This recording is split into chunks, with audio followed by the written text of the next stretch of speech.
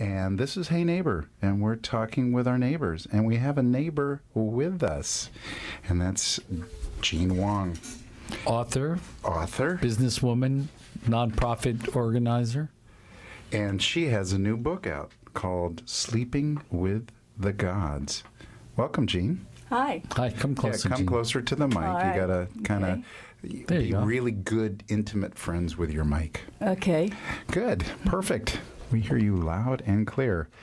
So, Sleeping with the Gods, that's kind of an interesting title. Do you want to tell us what the book is about? Yeah, it's 9 stories. It's a collection of 9 stories, and it's about the Greek and Roman gods, Mercury, Mars, Apollo, some very well-known, Venus, well-known ones, and some not so well-known. And each of the gods is met on Earth in a contemporary form. Like Mercury is kind of a gigolo in Kauai. Venus is a hitchhiker in the Columbia Gorge. Hestia is a Japanese android. And they meet, the immortal meets with the mortal. I mean, human beings always meet with one of these dudes or chicks. Yeah, right. And they get screwed. The gods are treacherous, they're savvy, they're divine. And humans are mortal. They've got dreams and illusions and folly. And I just was very interested in that combination. And I thought it would make an interesting story. Well, let me ask you, background-wise, I mean, not everybody writes about Greek gods. You've got to know a little bit, certainly, or a lot, about Greek mythology. What's your background in terms of Greek mythology? I don't know anything about Greek mythology. You don't?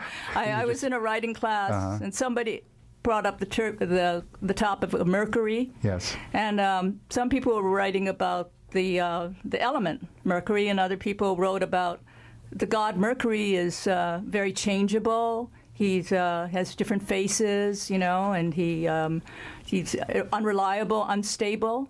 My first car was a Mercury. What? I said my first car was a Mercury. There you go. Unstable?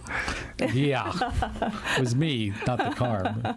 Well, then you got the right car, Ken. I did, a convertible. Right. Yeah, that was perfect. Yeah.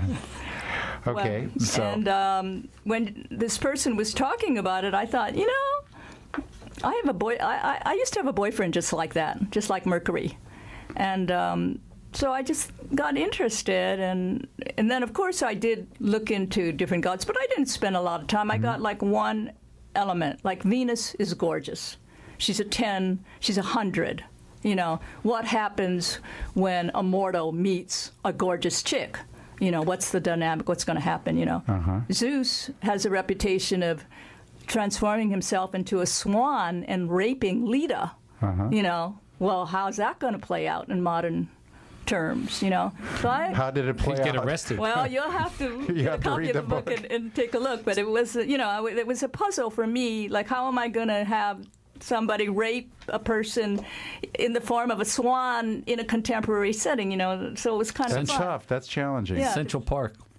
Central Park. Yeah. So is this your? Well, they got swans in Golden Gate Park. Do they? Yeah. Yeah. I don't know if I've ever been there.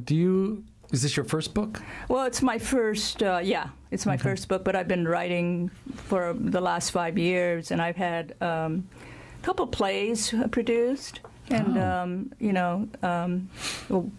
won a couple awards, and done and I've been in a bunch of anthologies and different.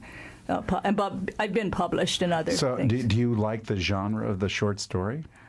Yes, I do. I don't know how people write novels. I don't have that kind of staying power. I mean, I'd love to write a novel, but it's very difficult because you're wandering around in this labyrinth, and you've got to have it tight. You've got to have a nice, strong plot that keeps. Have you ever read a novel and it's started off strong and then it kind of fizzled? And it's not easy to keep it going. Yeah.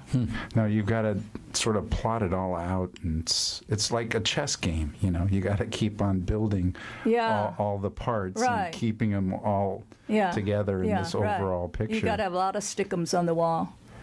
And yeah, you got to have a lot of stickums, yes. So in the writing process, obviously, there are a lot of authors out there that would love to be published. How do people get published? I mean, you know, you got to start somewhere, obviously, but so what was that process like? That's what's so exciting about nowadays is, you know, you don't have to go looking around for an agent. You know, you can, I formed my own press, and I put this book out myself. You know, you can see it's a nice little book. The paper is nice. The cover is nice. I'm very proud of it, and I did it exactly the way I wanted to do it. And you couldn't have done that 50 years ago. You know, you couldn't have, you know, I belong to a Redwood Writers Club, which is wonderful and very supportive. Just learned a lot, and it was able, you know, in the old days, you had to, like, make a zillion calls to agents, and then even if you got accepted by an agent, they would get mess back with to your you. book. Oh. You know, like 2 years down the line, they'll say, well, we thought we could do this, but we can't. But now this, from the time of its actual inception, when I started really I had written the collection, I was getting it ready, it took me, you know, maybe 6 months to get it all, to get the editor, get the formatter, get the book designer, you know, so. So, Lead Gene Press, yeah. So it's self-published. Right. It's my own press. It's my own press company, but I got it printed by Lightning Source, which is one of the major places to get your book printed. You know. Nice job. So it's a bit easier to get it out there, but it's one thing. It's kind of like winemaking, because I'm a winemaker, and it's one thing, you know, getting the book and getting it published, and then the other thing is marketing it. Right. So how does an author, I mean, it takes a lot of work to do what you did.